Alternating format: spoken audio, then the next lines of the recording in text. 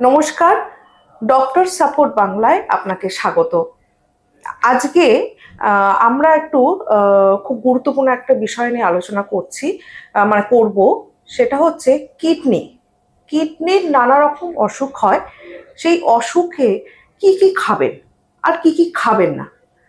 আর এই আলোচনার জন্য আমাদের চ্যানেলে উপস্থিত রয়েছেন মণিপাল হসপিটালের নেফ্রোলজিস্ট ডক্টর রঞ্জন সরকার।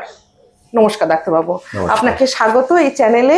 আপনার ইন্টারভিউ আরো একবার নেওয়া হয়েছিল এবং সেটাতে খুব ভালো সাড়া পেয়েছি আমি, এবং সবাই ফোন করেছে এবং খুব ভালোবাসা দিয়েছে। আপনার সঙ্গে যোগাযোগ করার জন্য ফোন করেছে এবং আপনি যেভাবে বলেছেন সেটা রোগীদের জন্য ভীষণ যথার্থ। Thank you. তো আমরা আবার চলে এসেছি কিডনির বিভিন্ন অসুখ নিয়ে এবং তার একটা ডায়েট নিয়ে। প্রথমে জিজ্ঞেস করবো, কিডনির অসুখ কি? এটা রোগীদের জন্য ভীষণ যথার্থ। Thank you.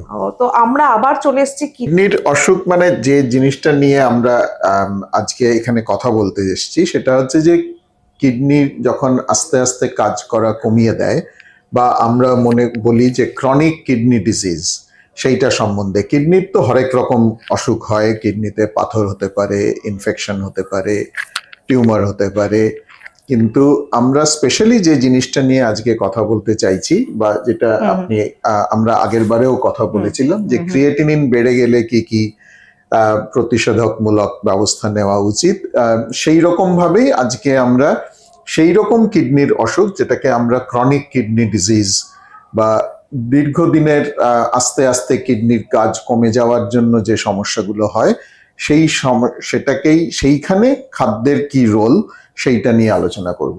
একদম। তাহলে আমরা এর পরের প্রশ্নে যাচ্ছি, সেটা হচ্ছে কিডনি খারাপ হয়ে গেছে।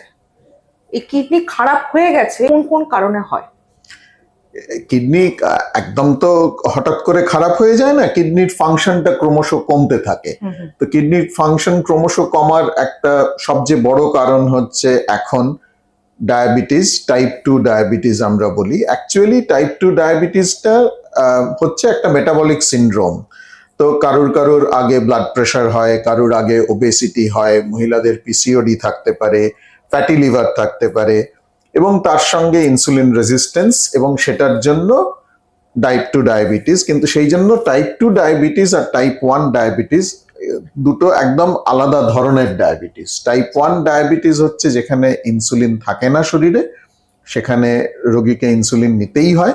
আর টাইপ 2 ডায়াবেটিস হচ্ছে যেখানে ইনসুলিন রেজিস্ট্যান্স থাকে, শরীরে অ্যাকচুয়ালি ইনসুলিন বেশি থাকে, আর সেটা এই মেটাবলিক সিনড্রোমের একটা পার্ট। আর এই metabolic syndrome is the major cause of kidney dysfunction, কিডনির ক্রমশ কিডনি কাজ কম হওয়ার একটা প্রধান কারণ। আচ্ছা, এরপরে যখন ডায়েটে আমি যাচ্ছি, মানে মনে করুন বিভিন্ন রকম খাবার আমি খাবো না, বা আমার পুরো বন্ধ হয়ে গেল, এই কিডনি খারাপ হয়ে যাওয়া বা কিডনি অসুখ হয়েছে, যে কোনো অসুখই হোক না কেন, সেই অসুখের জন্য কি কোনো ইউনিভার্সাল ডায়েট রয়েছে? একদমই নয়। এরপরে যখন আচ্ছা, একদমই নয়, কারণ যেরকম ওষুধ এক একজন পেশেন্টের জন্য এক এক রকম, সেরকম খাবারও এক একজন পেশেন্টের জন্য এক এক রকম। সুতরাং ইটস ভেরি মাচ ইন্ডিভিজুয়ালাইজড। এটাই কোনো এরকম জেনারেলাইজেশন নেই যে সব কিডনি পেশেন্টেরই এটাই মেনে চলতে হবে, একটাই ডায়েট, সেরকম হয় না। There is nothing called renal diet. Renal diet বলে কিছু হয় না। সেই জন্য সে কতটা নুন খাবে, কতটা তেল খাবে, কতটা চিনি খাবে, কতটা পটাশিয়াম যুক্ত খাবার খাবে, কতটা ইউরিক অ্যাসিড নিয়ে সমস্যা আছে, কার ফসফরাস নিয়ে সমস্যা আছে, সুতরাং সেই সবগুলোর জন্য একটা ইন্ডিভিজুয়ালাইজড ডায়েট চার্ট করতে হয় প্রত্যেকটা পেশেন্টের। সেই আমাদের যেরকম আমরা 3-4 মাস অন্তর অন্তর ব্লাড টেস্ট করে থাকি, সেই ব্লাড টেস্ট রিপোর্ট অনুযায়ী তাদের ডায়েট আমরা প্রেসক্রাইব করি। তারপরে সেটা নিয়ে তারা ডায়েটিশিয়ানের কাছে যান, গিয়ে একটা ডিটেইলড ডায়েট চার্ট তৈরি করান। মানে যে কোনো একটা অসুখের, মানে সবার অসুখ তো এক নয়, সেই অসুখের ভিত্তি করে কি ভিন্ন ভিন্ন ডায়েট হয়? একদম, অসুখের ভিত্তি এবং অসুখের কোন স্টেজ সেইটার উপর ডিপেন্ড করে সেই এগুলো হয়। প্রত্যেকের সবার একই সমস্যা হয় না। আচ্ছা আচ্ছা, মানে আমার জন্য একরকম হবে, আরো একজনের জন্য আরেক রকম হবে, এইভাবে ডায়েট গুলো সাজানো হয়। কারুর ওয়েট লসের দরকার আছে, কারুর ওয়েট পুট অন করার দরকার আছে, আচ্ছা, সুতরাং তাদের calorie requirement will be different. সেই জন্য সবসময় এটা ইন্ডিভিজুয়ালাইজড। ওকে। এর তার মানে আমার প্রশ্ন হচ্ছে, এই যে ডায়েটটা শুরু হবে, এক একজনের এক এক রকম, এক একজনের তো প্রোটিনের পরিমাণ বলুন, মানে মাছ মাংস ডিম এগুলো অনেকে কম করে দেয়, মানে নিজে থেকেই অনেকে কম করেন, বা পারিপার্শ্বিক লোকেদেরও কথা শুনে না এটা খেতে নেই সেটা খেতে নেই, মাছ খাওয়া যাবে না, এগুলো কি ঠিক? হ্যাঁ, এইখানে আমার একটা সবিনয় অনুরোধ যে অন্য লোককে অ্যাডভাইস দেবেন না, আপনি নিজের অ্যাডভাইস ডাক্তারের থেকে নিন। আপনার সমস্যার অনুযায়ী ডাক্তার আপনাকে পরামর্শ দিচ্ছে, আপনি আরেকজনকে সেই পরামর্শটা তার জন্য ঠিক কিনা আপনি জানেন না, সুতরাং সেটা দেবেন না। আর আমি সারাক্ষণ আমার রোগীদের এই কথাটা বলি যে 10 জন 15 জনের সঙ্গে আলোচনা করবেন না আপনি কি খাবেন কি খাবেন না। এটা একান্তভাবেই আপনার এবং আপনার ডাক্তারের সঙ্গে আলোচ্য বিষয়। সুতরাং এটার মধ্যে অনেকে, সবাই, বন্ধু বান্ধব, মর্নিং ওয়াকের গ্রুপ, এনাদের সঙ্গে আলোচনা করবেন না। আর আমরা ইন্ডিভিজুয়ালি প্রত্যেকটা জিনিস নিয়ে আলোচনা করব। যদি আপনার সঙ্গে ডায়াবেটিস থাকে, কিডনির অসুখের সঙ্গে, তাহলে আপনি মিষ্টি খেতে পারবেন না। আপনার যদি ডায়াবেটিস না থাকে তাহলে আপনার মিষ্টি খাওয়ার কোনো সমস্যা নেই। আর খেয়ে কিডনি খারাপ করা ডিফিকাল্ট। খেয়ে কিডনি খারাপ তখনই হয় যখন যারা বডি বিল্ডিং করেন, দিনে 10টা ডিম 2 কেজি চিকেন এরকম খান, তাদের অনেক সময় ক্রিয়েটিনিন বেড়ে যায়। আপনার ক্রিয়েটিনিন কিডনি যদি দুর্বল থাকে, ক্রিয়েটিনিন যদি বাড়ছে এরকম জায়গায় জিনিসটা এসে পৌঁছয়, তখন প্রোটিন পরিমিত পরিমাণে খেতে হয়, কম খেতে হয় না। আর বাঙালিরা আমরা এমনিতেই প্রোটিন কম খাই। আমাদের পুরো খাবারের প্লেটে প্রোটিন হচ্ছে 1 পিস মাছ, এবং সেই মাছটা সাধারণত 50-60 গ্রাম মাছ হয়। তার বেশি বড় মাছ আমরা সাধারণত রোজ খাই না আমাদের রেগুলার ডায়েটে। 60 গ্রাম মাছে 12 গ্রাম প্রোটিন থাকে। সুতরাং ডাক্তার যখন আপনার প্রেসক্রিপশনে 50 গ্রাম প্রোটিন বা 60 গ্রাম প্রোটিন লিখছে, 50 গ্রাম প্রোটিন মানে 50 গ্রাম মাছ নয়। সেই জিনিসটাও আপনাকে জানতে হবে। সাধারণত 100 গ্রাম মাছে বা 100 গ্রাম চিকেনে 20 গ্রাম প্রোটিন থাকে, কোনো মাছে 18 থাকে, কোনো মাছে 22 থাকে। কিন্তু অত চুলচেরা হিসাবের মধ্যে না গিয়ে আপনারা ধরে রাখতে পারেন 100 গ্রাম মাছ বা চিকেন আপনি রোজ খেতে পারেন। সাধারণ বাঙালি বাড়িতে আমরা অনেকেই রোজ 100 গ্রাম মাছ বা চিকেন খাই না। আর সেই জন্য সঙ্গে আপনার ডিম বা দুধ খাওয়ারও কোনো অসুবিধা নেই। ডিমের মধ্যে একটা ডিমে সাধারণত 6 গ্রাম, আর সেই জন্য সঙ্গে আপনার ডিম বা দুধ খাওয়ারও কোনো অসুবিধা নেই। ডিমের মধ্যে একটা ডিমে সাধারণত 6 গ্রাম, আর সেই জন্য সঙ্গে গ্রাম প্রোটিন থাকে। আর 100 গ্রাম দুধে অ্যারাউন্ড 4 থেকে 4.5 গ্রাম প্রোটিন থাকে। আমরা যতটা প্রোটিন খেতে বলি তার হাফ প্রোটিন আসা উচিত প্রোটিন জাতীয় খাবার থেকে, আর বাকি হাফ প্রোটিন আসে নন প্রোটিন খাবার থেকে। ভাতের মধ্যেও প্রোটিন থাকে কিন্তু কম থাকে। ডাল, আমরা বাঙালিরা পাতলা ডাল খাই, সুতরাং আমাদের জন্য ডালটা খুব ইম্পর্টেন্ট নয়। এবারে যারা ভেজিটেরিয়ান তাদের জন্য হিসেবটা ছানায় আসবে। তো সেই ডিটেলগুলো আপনি ডায়েটিশিয়ানের সঙ্গে আলোচনা করে নেবেন। আচ্ছা, এই প্রসঙ্গে বলি, ডালটা তো বললেন, যারা ভেজ তারা কি মাছ বা মাংসের বা ডিমের বদলে কি সোয়াবিন খেতে পারবেন? মানে একই রকম হবে? হ্যাঁ, এইখানে আপনি যে প্রশ্নটায় যে উত্তরটায় আমাকে নিয়ে এলেন সেটা হচ্ছে animal protein versus vegetable protein. Animal প্রোটিনের biological value, what is biological value, যে কতটা প্রোটিন আপনি খেলেন তার মধ্যে কতটা আপনার অ্যাবজর্ব হলো আর কতটা অ্যাসিমিলেটেড হলো শরীরে। তো 100 গ্রাম প্রোটিন খেলে 90 গ্রাম বা 95 গ্রাম অ্যাবজর্বড হলো, তার 95 ভাগ অ্যাসিমিলেটেড হলো। এইরকম করে আমরা দেখেছি যে অ্যানিমাল প্রোটিনের biological value is very high, 96, around 94 থেকে 98%। whereas ভেজিটেরিয়ান প্রোটিন, যেটা সয়াবিন বলুন, ডাল বলুন, এগুলোর food biological value is much less, 70 ভাগ, আচ্ছা। এবং এগুলো হজম করা শক্ত। সেই জন্য ভেজিটেরিয়ান প্রোটিন যখন খাচ্ছেন তখন আপনাকে সেইভাবে ডায়েটিশিয়ান অ্যামাউন্ট বলে দেবেন যে কতটা ডাল বা কতটা প্রোটিনের মধ্যে, কতটা সয়াবিনের মধ্যে আপনার রিকোয়ার্ড প্রোটিনটা আছে। কিন্তু প্রোটিন খাওয়া খুব জরুরি, স্পেশালি এই যখন যারা একটু বয়স্ক এবং কিডনির সমস্যা আছেন তাদের যদি প্রোটিন খাওয়া কম হয় তাহলে বডির একটা প্রোটিনের ইউনিক ব্যাপার হচ্ছে প্রোটিনের মধ্যে নাইট্রোজেন থাকে, যেটা কার্বোহাইড্রেট বা ফ্যাটের মধ্যে থাকে না। এবারে শরীরের day to day wear and টিয়ারের জন্য, মেটাবলিক অ্যাক্টিভিটি, হাঁটা চলা সেসব করার জন্য যে এনার্জি লাগে সেটার জন্য একটা সার্টেন অ্যামাউন্ট অফ নাইট্রোজেনও লাগে। এবারে এই নাইট্রোজেনটা যদি বাইরে থেকে আমরা প্রোটিন জাতীয় খাবার থেকে না খাই তাহলে আমাদের মাসল ওয়েস্টিং হয়, আমাদের মাসল ভেঙে আমরা নিজেদের শরীরকে নিজেরাই খাই। সেই জন্য প্রোটিনের নাইট্রোজেন ব্যালেন্সটা ইজ ভেরি ইম্পর্টেন্ট। প্রোটিন খান, অপরিমিত প্রোটিন নয়, কিন্তু আপনার যেটা আইডিয়াল বডি ওয়েট তার 0.8 গ্রাম, অন্তত 0.8 গ্রাম পার কেজি প্রোটিন খাওয়া উচিত। সুতরাং আপনার বডি ওয়েট যদি, আইডিয়াল বডি ওয়েট যদি 60 কেজি হয় তাহলে আপনার অন্তত দিনে 48 গ্রাম প্রোটিন খাওয়া উচিত।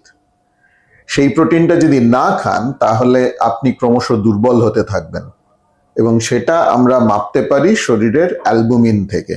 যদি লিভারের প্রবলেম না থাকে তাহলে অ্যালবুমিন ডিরেক্টলি, বা যদি ভীষণ প্রোটিন বেরিয়ে যাচ্ছে ইউরিনের মধ্যে দিয়ে সেই রকম সমস্যা না থাকে, অল্প প্রোটিন বেরোলে অ্যালবুমিনের কিছু হয় না।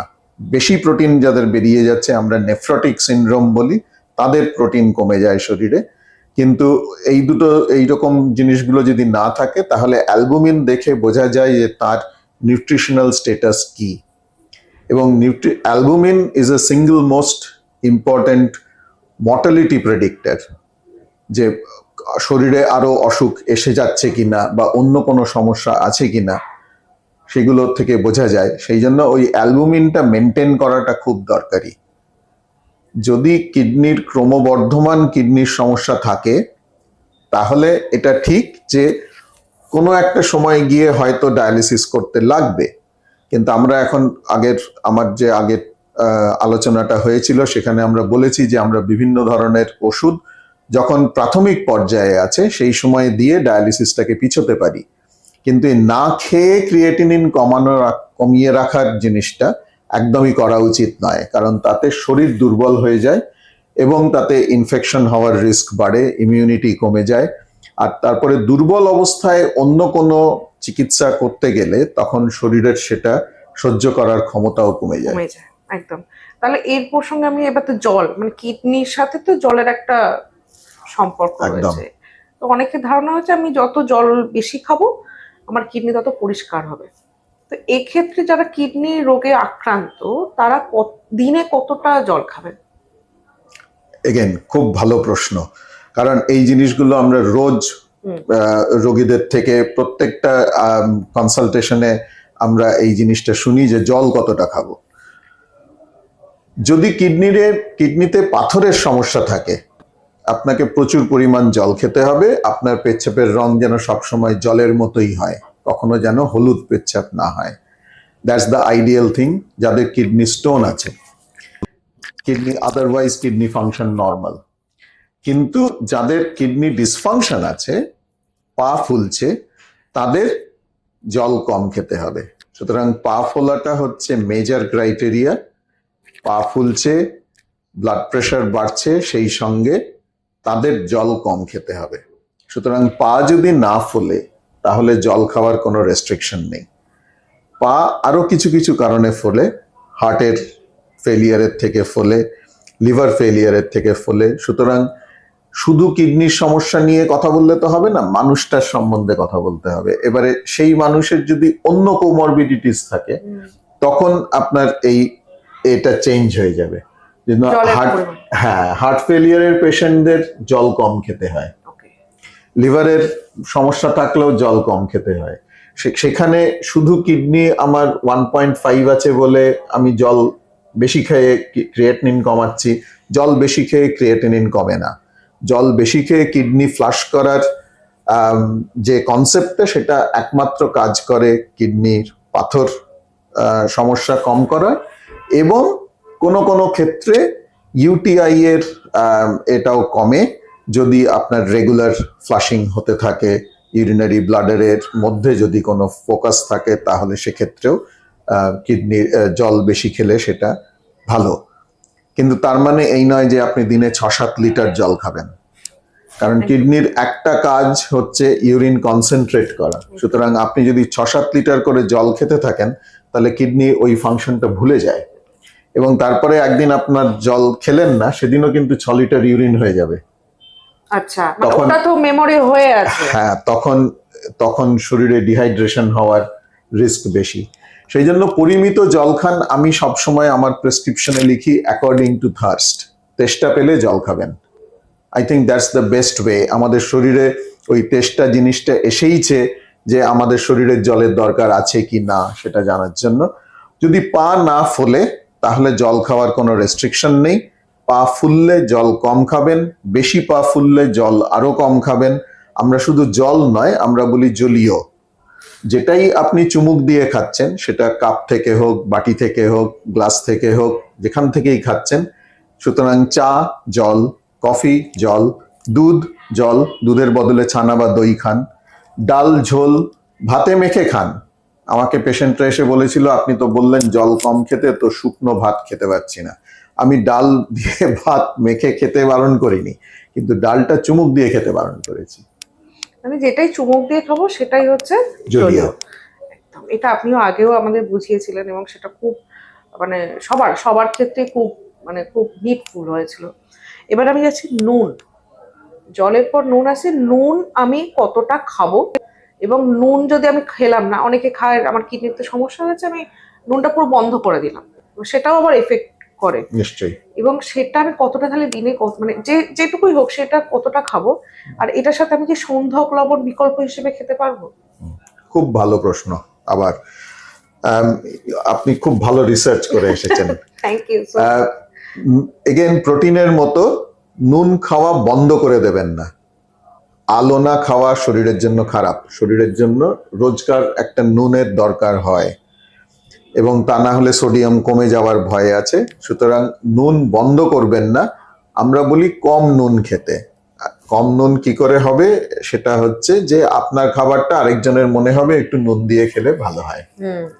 এবারে এক একজনের নুনের রেস্ট্রিকশন এক এক রকম হয়। কেউ বেশি নুন খেতে পছন্দ করেন, কেউ কম নুন খেতে পছন্দ করেন। আমরা সব জিনিসটাই অ্যাভারেজ এর কথা বলছি, যে আপনার খাবারটা আরেকজনের নুন দিয়ে খেতে হচ্ছে, তাহলে আপনার খাবারের নুন পরিমাণ ঠিক আছে। নুন ছাড়া খাবার খাবেন না। নুনের রেস্ট্রিকশন আসে যাদের কিডনি অসুখের সঙ্গে ব্লাড প্রেশার বেশি আছে, তাদের নুন বেশি খেলে ব্লাড প্রেশার কন্ট্রোল খারাপ হয়। আর নুন বেশি খেলে শরীরে নুনের সঙ্গে জলও জমে যায়। সেই জন্য যদি পা ফোলা থাকে, যদি শরীরে জলের পরিমাণ বেশি আছে, আপনাকে ডাক্তারবাবু বলেছেন, তাহলে ডেফিনেটলি নুন কম খাবেন। কিন্তু নুন খেলে কোনটা খাবেন?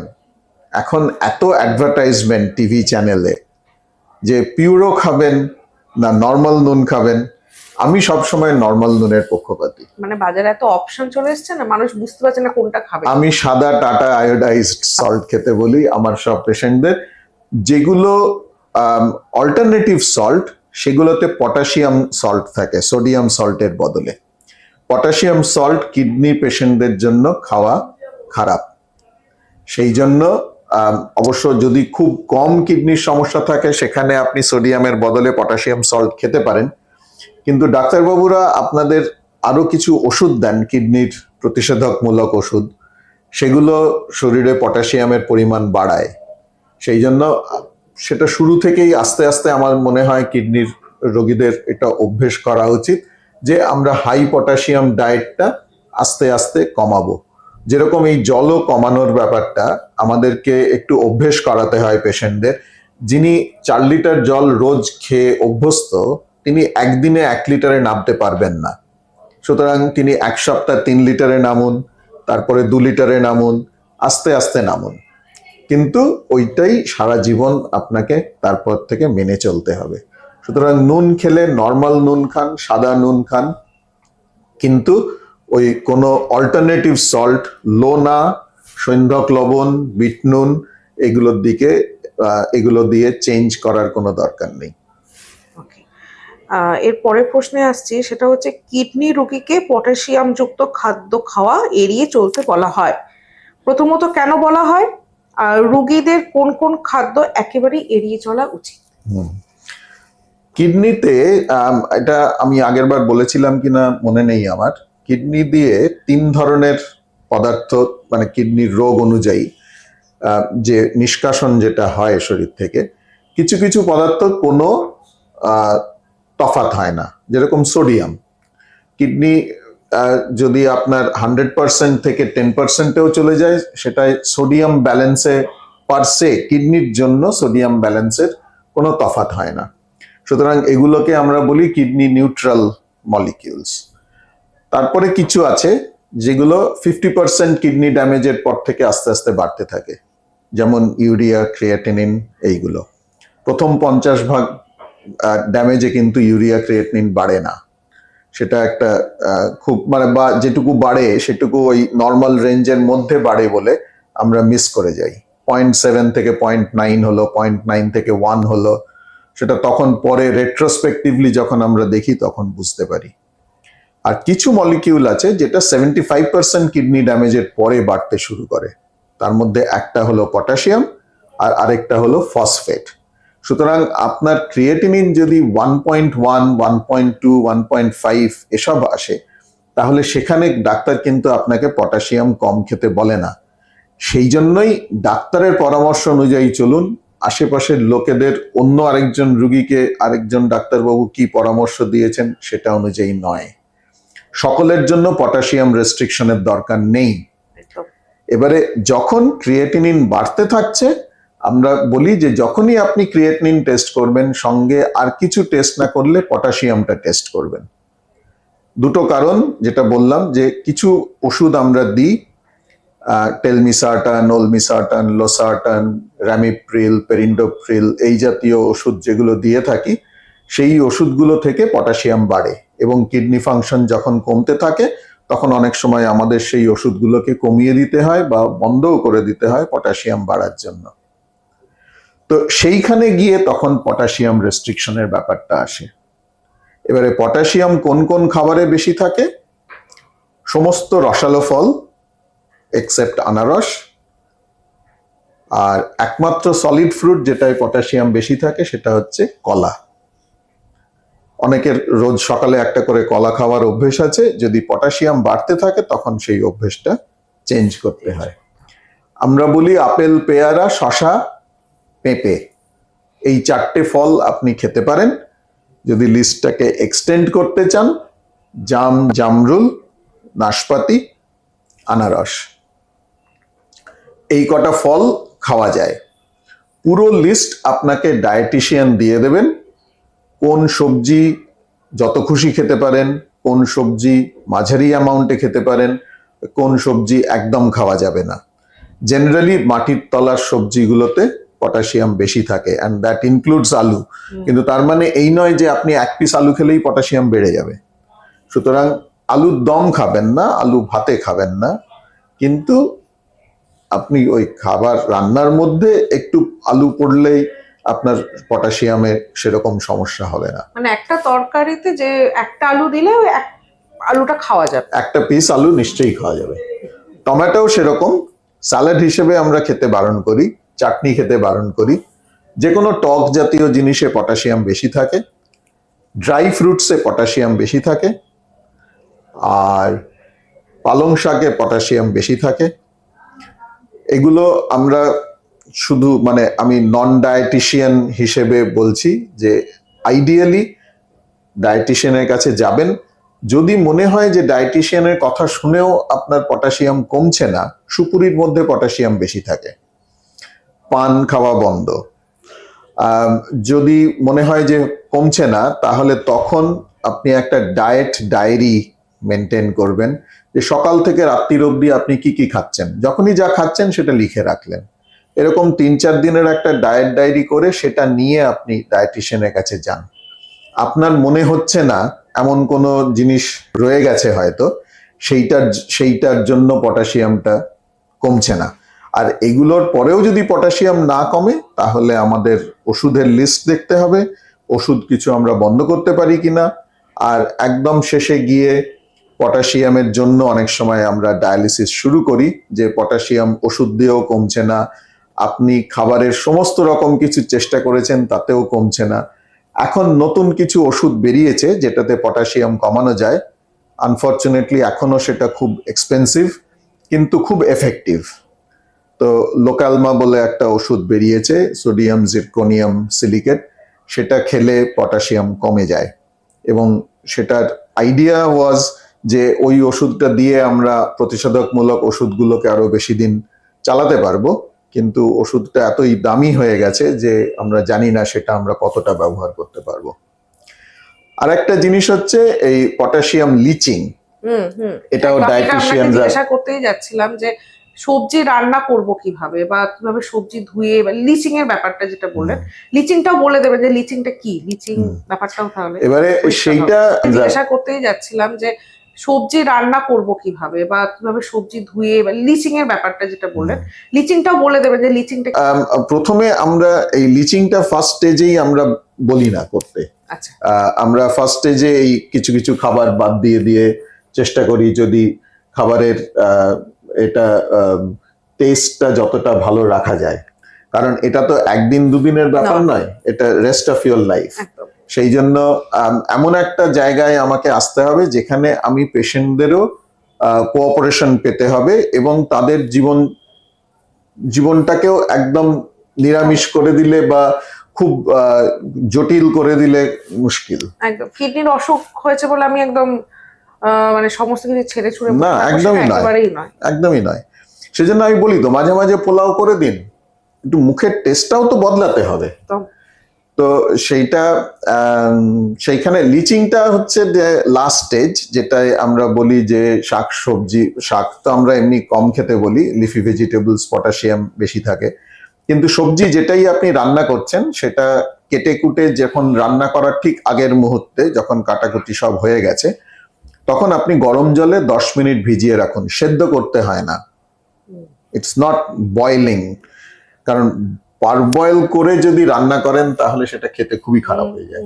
সেজন্য সেদ্ধ করতে হয় না, 10 মিনিট গরম জলে, ঈষদ উষ্ণ গরম জলে ভিজিয়ে রেখে জলটা ফেলে দিলে অনেকটা পটাশিয়াম ড্রেন করে যায়। এটাকেই লিচিং বলা হয়, কিন্তু সেদ্ধ করতে হয় না। আচ্ছা, এবার আসবো দুধ।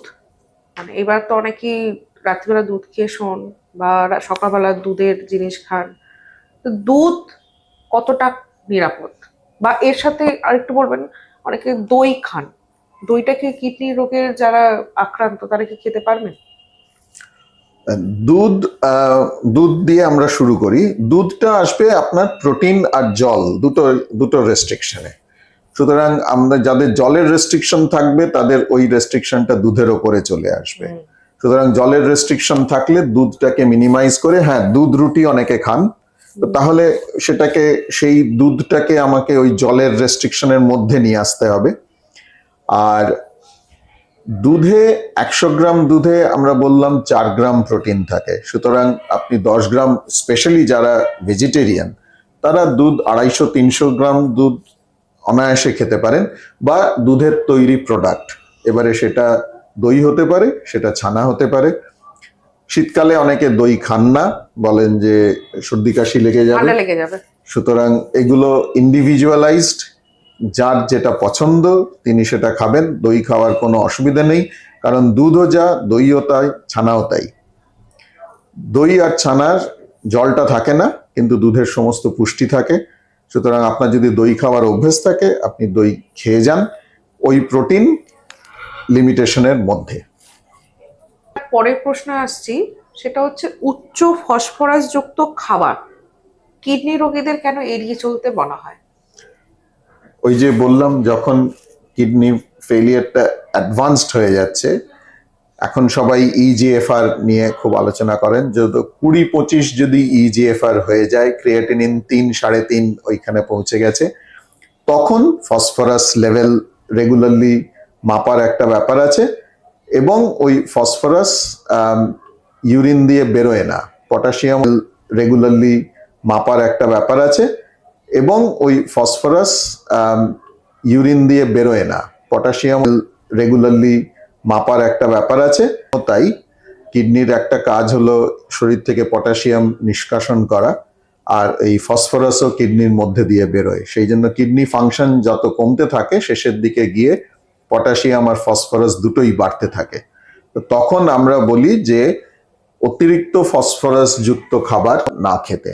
তা ফসফরাস কিসে বেশি থাকে? মেইনলি হচ্ছে ডেয়ারি প্রোডাক্টস, আর কিছুটা হলেও এই মাছ, চিকেন এগুলোর মধ্যে বেশি থাকে। আরো বেশি থাকে রেড মিটের মধ্যে। তো রেড মিট তো এখন সাধারণত হেলদি ইটিং এর মধ্যে পড়ে না, তবে অকেশনালি খাবেন। যদি স্পেশালি যদি মাটন ভালোবাসেন, তাহলে মাঝে মাঝে খাবেন, তাতে মনটাও ভালো থাকবে। একদম, মানে স্বাদ বদলানো চাই। একদম। এবার আসছি যারা সুগার রোগী, ডায়াবেটিস যাদের রয়েছে, তাদের জন্যও তো অনেক রেস্ট্রিকশন এমনি থাকেই। আর যদি আবার কিডনি প্রবলেম শুরু হয়ে যায়, তাহলে তাদের ক্ষেত্রে প্রোটিন বলুন বা যেগুলো যেগুলো বললাম আমরা, পটাশিয়াম, ফসফরাস, এইগুলো কিভাবে চ্যালেঞ্জিং হবে?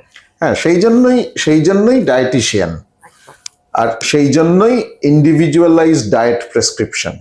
আপনার ডায়াবেটিস থাকলে আপনার সুগার বাদ চলে যাবে, বা চিনি দেওয়া কোনো জিনিস বাদ চলে যাবে।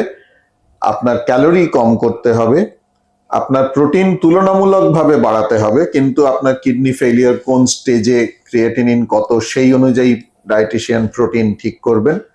কার্বোহাইড্রেট, সিম্পল কার্বোহাইড্রেট খাওয়া যাবে না, কিন্তু কমপ্লেক্স কার্বোহাইড্রেট খাওয়া যায়। ভাত রুটি খেতে হবে, কারণ আপনার পেট তো ভরাতে হবে। কার্বোহাইড্রেট যে একেবারে বাদ দিয়ে দেওয়া হবে কমপ্লেক্স কার্বোহাইড্রেট না, একদমই নয়। সেখানে কমপ্লেক্স স্টার্চের মধ্যে আমরা আলুও বলি খেতে, কিন্তু আলুতে আবার পটাশিয়াম বেশি থাকে। সেই জন্যই diet has to be individualized. তার যদি হার্টের প্রবলেম থাকে, তাহলে তার ফ্যাট আরো রেস্ট্রিক্ট করতে হবে compare to normal heart with kidney problem. তাতে যতটা তেল অ্যালাউ করবে, হার্টের সমস্যা থাকলে, আগে হার্ট অ্যাটাক হয়েছে বা স্টেন্টিং হয়েছে, অ্যাঞ্জিওপ্লাস্টি হয়েছে, সেই সমস্ত পেশেন্টদের তেল, ঘি, মাখন এগুলো খাওয়া আরো কম করতে হবে। আচ্ছা, মানে এই খাওয়ার প্রসঙ্গে আমরা মিষ্টি তো খাবো না। ডায়াবেটিস থাকলে মিষ্টি খাবেন, কিন্তু আপনি নিয়ম ভাঙছেন মনে করে মিষ্টি খাবেন। আচ্ছা, তো আমি যদি মনে করুন আমি মানে লোভ সামলাতে পারছি না, মানে অনেকেই তো বয়স্ক লোকেরা রয়েছেন যারা মিষ্টি খেতে খুব ভালোবাসেন, কিন্তু ডায়াবেটিস হয়েছে বলে আমি অনেকদিন মিষ্টি খাইনি, কিন্তু এদিকে কিডনিরও অসুখ রয়েছে, তারা কি একটা বা সন্দেশ এরকম কিছু খেতে পারবেন? বাড়ির লোকেরা আমাকে মারবেন এবারে। না মানে আমাকে এমনি বলেন, এখানে এসে পেশেন্টদের সঙ্গে যারা আসেন, ডাক্তারবাবু এসব বলবেন না, তাহলে আমাদের বাড়িতে গিয়ে খুব অবস্থা খারাপ করে দেবে। কিন্তু না, সেটা নয়। আপনার ডিপেন্ড করছে সুগার লেভেল কিরকম থাকছে তার উপরও। আপনার সুগার যদি খুব ভালো কন্ট্রোল থাকে, আর আপনি যদি 2-3 দিন অন্তর আধখানা করে সন্দেশ খান, স্ট্যান্ডার্ড সাইজ, বলবেন না এত বড় এখন সন্দেশ পাওয়া যায়, সেই শুভ নববর্ষের সেটা বললে হবে না। কিন্তু আপনি স্ট্যান্ডার্ড সন্দেশের আধখানা সন্দেশ খেলেন 2-3 দিন অন্তর, তাতে কিছু যাবে আসবে না। কিন্তু আপনার হিমোগ্লোবিন A1C 7.5 বা তার নিচে থাকতে হবে। আপনার হিমোগ্লোবিন A1C 10, আর আপনি রোজ একটা করে সন্দেশ খাচ্ছেন, সেটা ঠিক নয়। আর তেলে ভাজা, মানে তেলের, যেমন মনে করুন পকোড়া বাড়িতে তৈরি হলো, মানে বাড়ির খাবার, মানে বাইরে কিছু খাচ্ছি না, কিন্তু বাড়িতে তেলের জিনিস ভেজে খাচ্ছি। মিষ্টির থেকে তেলটা আরো বেশি খারাপ। মিষ্টি খেলে অতটা খারাপ হবে না, তেল খেলে যতটা হবে। একদমই তাই। সুতরাং ভাজাভুজি যতটা সম্ভব কম। আপনি roti is better than paratha on a day to day basis. আপনি সপ্তাহে একদিন একটা পরোটা খেলেন, তাতে কোনো অসুবিধা নেই। সেরকম তেলে ভাজার জিনিসটা, স্পেশালি বেগুন ভাজা, ফুলকপি ভাজা, যেগুলো তেল টানে আমরা বলি, একদম।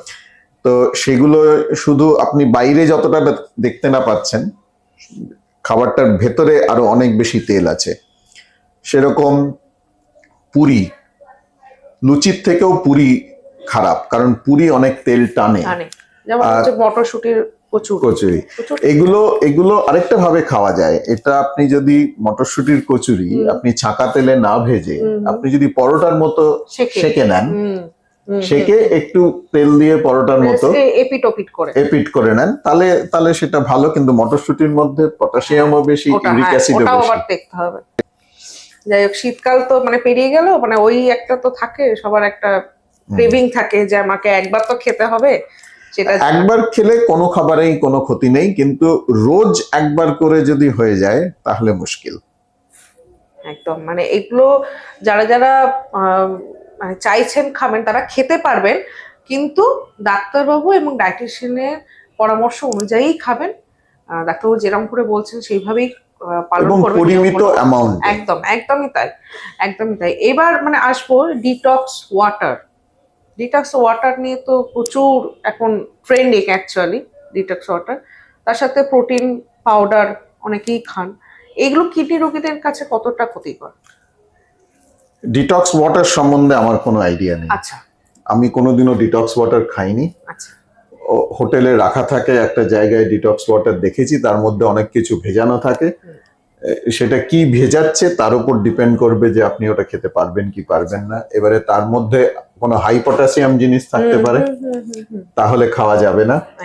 যদি থাকে, যেহেতু লেমন একটা, হ্যাঁ, লেবুতে পটাশিয়াম বেশি থাকে, যে কোনো টকে পটাশিয়াম বেশি থাকে, সুতরাং আমার মনে হয় সেই দিক থেকে ডিটক্স ওয়াটারটা অ্যাভয়েড করা। আরেকটা খুব ভালো জিনিস আপনি তুলেছেন, সেটা হচ্ছে সাপ্লিমেন্টস। আমরা কোনো কমার্শিয়াল সাপ্লিমেন্টসে বিশ্বাস করি না। সেটা যে ব্র্যান্ডেরই হোক, আমি কারোর কোনো ব্র্যান্ডের নাম নিতে চাইছি না। ছোটদের জন্য সেটা খাওয়া ঠিক কি ঠিক নয় জানি না। অনেক মেজর কোম্পানিজ ডায়াবেটিকদের জন্য সুগার ফ্রি ফর্মুলেশনস বার করেছেন, কিন্তু আমরা সেই ফর্মুলেশনগুলোই ইউজ করি যেগুলো ওষুধের কোম্পানিগুলো তৈরি করে, এবং যেগুলোতে ডেফিনেটলি সোডিয়াম কম থাকে, পটাশিয়াম কম থাকে, ক্যালসিয়াম পরিমিত পরিমাণে থাকে, এবং ফসফরাস কম থাকে। সুতরাং আমরা বলি মিনারেল, লো মিনারেল কন্টেন্ট থাকে যেগুলোতে। সেই জন্য যদি সাপ্লিমেন্টস খেতে হয় তাহলে সেই সাপ্লিমেন্টসগুলোই খাবেন যেগুলো ডেফিনেটলি কিডনির পেশেন্টদের জন্য তৈরি করা। সাপ্লিমেন্ট সবাইকে খেতে হয় না। এটা আপনার যদি নর্মাল খাবার খেতে পাচ্ছেন তাহলে সাপ্লিমেন্ট খাওয়ার বদলে আপনি মাছ খান, ডিম খান, সাপ্লিমেন্ট কেন খাবেন? সাপ্লিমেন্ট তাদের জন্য যারা খেতে পাচ্ছেন না, বা যাদের গিলতে অসুবিধে, বা যাদের যারা বেশি ড্রাউজি, স্ট্রোক হয়েছে সেই জন্য সমস্যা, তাদের জন্য সাপ্লিমেন্ট। অ্যাকিউটলি ইল পেশেন্ট, হাসপাতালে ভর্তি আছেন আইসিইউতে, তাদের জন্য সাপ্লিমেন্ট। কিন্তু রোজ পেশেন্টদের জন্য অনেক ডায়েটিশিয়ানও লেখেন ডায়েট চার্টের সঙ্গে একটা সাপ্লিমেন্ট। আমি সেই সাপ্লিমেন্টে বিশ্বাস করি না। আরেকটা জিনিসে আমি বিশ্বাস করি না, সেটা হচ্ছে লো প্রোটিন সাপ্লিমেন্ট। যদি আপনাকে সাপ্লিমেন্ট খেতেই হচ্ছে, তার মানে আপনার প্রোটিন কম, আপনি খেতে পাচ্ছেন না, তাহলে সেক্ষেত্রে লো প্রোটিন সাপ্লিমেন্ট খাওয়ার কোনো মানে হয় না। যদিও এই ফর্মুলা ডায়েটগুলোর মধ্যেও যারাই বার করেছে তারা লো প্রোটিন, হাই প্রোটিন দু ধরনের বার করেছে। রেনাল, ডায়ালিসিস আলাদা আলাদা বার করেছে। রেনালে প্রোটিন কম থাকে, ডায়ালিসিসে প্রোটিন বেশি থাকে। কিন্তু যদি সাপ্লিমেন্টই খেতে হচ্ছে তাহলে আপনাকে বেশি প্রোটিন জিনিসই খেতে হবে, আপনি কম প্রোটিন খাবেন কেন? একদমই তাই। এবার মানে আপনার কথা শুনে তো অনেকে মনে করতেই পারে যে আমার তো সবই খাওয়া পারো, হতেই পারে, মানে কিডনির যারা মানে অসুখে মানে অসুস্থ, তারা অনেকে ভাবতে পারেন আমার তো সবই পারো না, আমি শাকও খেতে পারবো না, আমি কিছুই খেতে পারবো না, মিষ্টি খেতে পারবো না, আরো যেগুলো আছে মাটির জিনিসগুলো খেতে পারবো না, তারা কি করবেন? হ্যাঁ, আই এগ্রি যে খাওয়া কিডনি রোগীর ডায়েট একদমই প্যালেটেবল নয়, হুম। খুব টেস্টিও নয়। হুম। সোজা কোনো উত্তর নেই। আমি বলি সেটা হচ্ছে যে সাধারণত একবার শুরুতে ডায়েটিশিয়ানের কাছে আমরা যেতে বলি, যখন একদম প্রথম কিডনি রোগ ধরা পড়লো তখন তো অত কিছু রেস্ট্রিকশন থাকে না।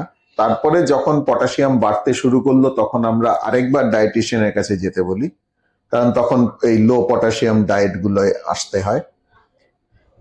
তারপরেও যদি আপনার মনে হয় যে you can't live on this diet, এইরকম খাবার খেয়ে বাঁচা সম্ভব নয়, তাহলে আমার সাজেশন হবে ডাক্তারের পরামর্শের থেকে বেশি ইম্পর্টেন্ট হচ্ছে ডায়েটিশিয়ানের পরামর্শ। কারণ তারা তাদের মাথা চুলকে আরো কিছু সবজি আপনার ডায়েটে, আপনার ব্লাড টেস্ট রিপোর্ট আর আপনার খাদ্য কি খেতে ভালোবাসেন, কি খেতে চান আর কি খেতে চান না, পুরো ডায়েট চার্টটাই এমন হলো যে আমি ওই জিনিসগুলো কিছুই খাই না আর সেটাই আমার শুধু ডায়েট চার্ট, সেটা তো চলতে পারে না। সুতরাং আমাদের একটা ব্যালেন্স করতে হবে। এবং যেটা বললাম যে এক সময় গিয়ে শুধু না খেয়ে আমি কিডনি রোগকে ঠিক করতে পারবো না, না খেয়ে আমার পটাশিয়াম বেশি, হাইপারক্যালিমিয়া বলি আমরা, হাইপারক্যালিমিয়া কমাতে পারবো না, ফসফেট কমবে না, তার জন্য ওষুধ দিতে হবে, বা অ্যাট দ্য এন্ড কোনো একটা সময় গিয়ে আমাকে ডায়ালিসিস করতে হবে। আচ্ছা, আমি এ প্রসঙ্গে বলি যে মানে ডায়েটের সাথে সাথে তো একটা শরীর চর্চারও ব্যাপার থাকে। আমি শুধু ডায়েট করে গেলাম, আমি কিছু ব্যায়াম করছি না বা যোগ ব্যায়াম কিছু করছি না, তারা এই ব্যাপারটা নিয়ে কি করে, বা ওষুধ যেগুলো যেগুলো রয়েছে, কিডনির তো প্রচুর ওষুধ মানে ওষুধ থাকে, তারা এই নিয়ম কিভাবে পালন করলে সুস্থ থাকবে ডায়েটের সাথে সাথে? এগেন ব্যায়ামটাও একটু ইন্ডিভিজুয়াল ব্যাপার। আচ্ছা। সবাই যোগ ব্যায়াম বা শরীরচর্চা করবেন তার কোনো মানে নেই, তবে শরীরচর্চা করলে শরীর ফিট থাকবে, দ্যাটস ফর ডেফিনিট। আর আরেকটা হচ্ছে যে ডায়াবেটিকদের জন্য 25-30 মিনিট অন্তত brisk walk rose is essential, মানে একটা অভ্যেস করতে হবে। হ্যাঁ, আর মোটা যাতে আমরা না হয়ে যাই সেইটা দেখতে হবে। সেন্ট্রাল ওবেসিটি ডায়াবেটিকদের জন্য বা এই মেটাবলিক সিনড্রোমে central obesity is a feature, এবং সেন্ট্রাল ওবেসিটি কমাতে হবে। যত আপনি রোগা থাকবেন তত সমস্যাগুলো একটু কম থাকে। আচ্ছা, অনেকে তো নেশা করেন অনেক সময়, মানে মদ্যপান করেন, ধূমপান করেন, এগুলো কতটা কিডনি রোগের জন্য ক্ষতিকর? ধূমপান is an absolute no no. Okay. তামাক in any form is an absolute no no. ধূমপান, গুটকা, দাঁত মাজে তামাক দিয়ে, ওটাকে কি একটা বলে, তামাক এমনি মুখে জর্দা, মহিলাদের পান আমরা আগেই বলেছি, সুপারিও খায় অনেকে। হ্যাঁ, সুপারির মধ্যে পটাশিয়াম বেশি থাকে। আর মুখের ওই সুপারিগুলো তো এখন যারা সিনেমা দেখতে গেলেই তো নিশ্চয়ই ওই অ্যাডভার্টাইজমেন্টটা সবাই দেখেছেন কি হয়। তো সেটা গেল ধূমপান বা তামাকের দিক থেকে। মদ বা অ্যালকোহল ডিরেক্টলি কিডনিকে খারাপ করে না। সুতরাং আপনি বলতে পারেন যে then why should I stop alcohol? Alcohol খেতে পারেন অ্যাট ইউর ওন রিস্ক। প্রত্যেকটা এই অ্যাডিকশনের কিছু এফেক্ট আছে, কিছু সাইড এফেক্টও আছে। সুতরাং কতটা খাবেন সেটা আপনার ব্যাপার, কারণ অ্যালকোহলে কিডনি খারাপ না হলেও লিভার খারাপ হবে। অ্যালকোহলের সঙ্গে আপনি যে জিনিসগুলো খাবেন সেগুলোতে আপনার ডায়াবেটিস খারাপ হবে। Alcohol itself is very high calorie, আর অ্যালকোহল লিকুইড, সুতরাং আপনার জলের রেস্ট্রিকশনের মধ্যে আসবে। আপনি অল্প অ্যালকোহল খেলেন সপ্তাহে একদিন একটু, সেটা ঠিক আছে, আপনার ভালো লাগে, আপনি এনজয় করলেন শনিবার ইভিনিং, ঠিক আছে। কিন্তু regularly if you drink alcohol, তাহলে আপনার কিডনি না হলেও লিভার খারাপ হবে।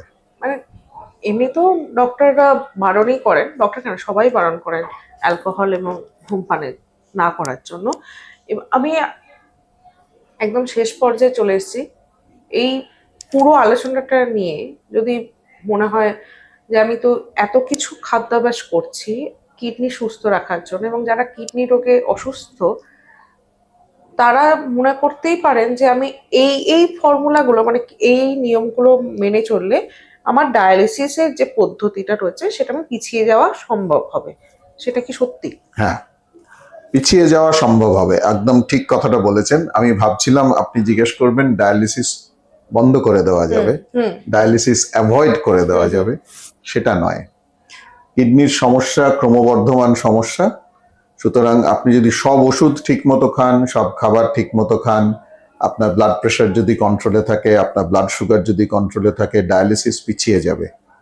এবং ডায়ালিসিস এখন নতুন যে সমস্ত স্ট্যাটিস্টিক্স বেরোচ্ছে আমাদের, তাতে একদম যখন আমরা মাইক্রো অ্যালবুমিনিউরিয়া বলি, যখন মাইক্রো প্রোটিন বেরোচ্ছে, যে নর্মাল ইউরিন টেস্টে কোনো প্রোটিন নেই, ওই অ্যালবুমিন ক্রিয়াটিনিন রেশিও বা প্রোটিন ক্রিয়াটিনিন রেশিও শুধু ওইখানে প্রোটিন পাচ্ছি, that's the first stage of kidney disease. যদি ওই সময় ওইখানে আমরা blood pressure control, blood sugar control, সবগুলো ওষুধ ঠিক মতো খাওয়া, যদি এটা মেনটেন করতে পারি, তাহলে dialysis can be delayed by as much as 25 years. Oh my god. তো আমার 25 বছর যদি ডায়ালিসিস পিছিয়ে যায়, তার মধ্যে আমি তো অমর নই, কোনো না কোনো দিন কোনো না কোনো কারণে আমার মৃত্যু হবেই। সুতরাং আই এম হ্যাপি যে আমি যদি মাইক্রো অ্যালবুমিনেরিক স্টেজে, আমি রেগুলারলি, আমার ডায়াবেটিস আছে, আমি প্রত্যেক বছর মাইক্রো অ্যালবুমিনেরিয়া টেস্ট করি, আমার হাইপার টেনশন আছে, আমার হার্ট ডিজিজ আছে, আমার ফ্যামিলিতে ফার্স্ট ডিগ্রি রিলেটিভসদের মধ্যে কিডনির সমস্যা আছে, বা আমার বয়স যদি 50-এর ওপর হয়, এই 5টা মেজর কজ, তাদের প্রত্যেক বছর একটা করে, নর্মাল আছে প্রত্যেক বছর না করতে পারেন 2 বছর অন্তর করুন, diabetes, hypertension, ischaemic heart disease, এই তিনটেতে প্রত্যেক বছর আপনার কিডনির টেস্ট করা উচিত। এবং সেটা অ্যাবসলিউটলি নর্মাল হতে হবে। একটু নর্মাল, একটু abnormal, go to a nephrologist. তখন থেকে খুব অ্যাগ্রেসিভলি চিকিৎসা করুন। সেটা that's where the thing is. এই আমার আগের আলোচনাটার পরে অনেকে আমার কাছে এসছেন, আপনার ইউটিউবে বক্তৃতাটা শুনলাম, আমার ক্রিয়েটিনিন 5.5, আমাকে ওষুধ দিন যাতে ক্রিয়েটিনিনটা কমে যায়। আপনি বলেছেন যে ক্রিয়েটিনিন কমিয়ে দেওয়া যায়, ক্রিয়েটিনিন আটকে রাখা যায়, তাহলে আমি এই 5.5-এই আটকে থাকতে চাই। সেটা সম্ভব নয়, সেটা তাহলে কিছু জিনিস ভুল বোঝা হয়েছে। সুতরাং আপনাকে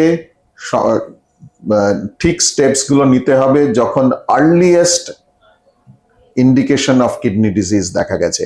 সেই জায়গায় আমরা ধরতে পারলে সব ওষুধ দিয়ে আমরা পেশেন্টদের, এখন গত 3-4 বছর ধরে দেখছি, যখন আমরা এই নতুন ওষুধগুলো ব্যবহার করছি, তাদের কিডনি রোগ বাড়ার গতিটা আমরা অনেকটা কমাতে পেরেছি। আচ্ছা।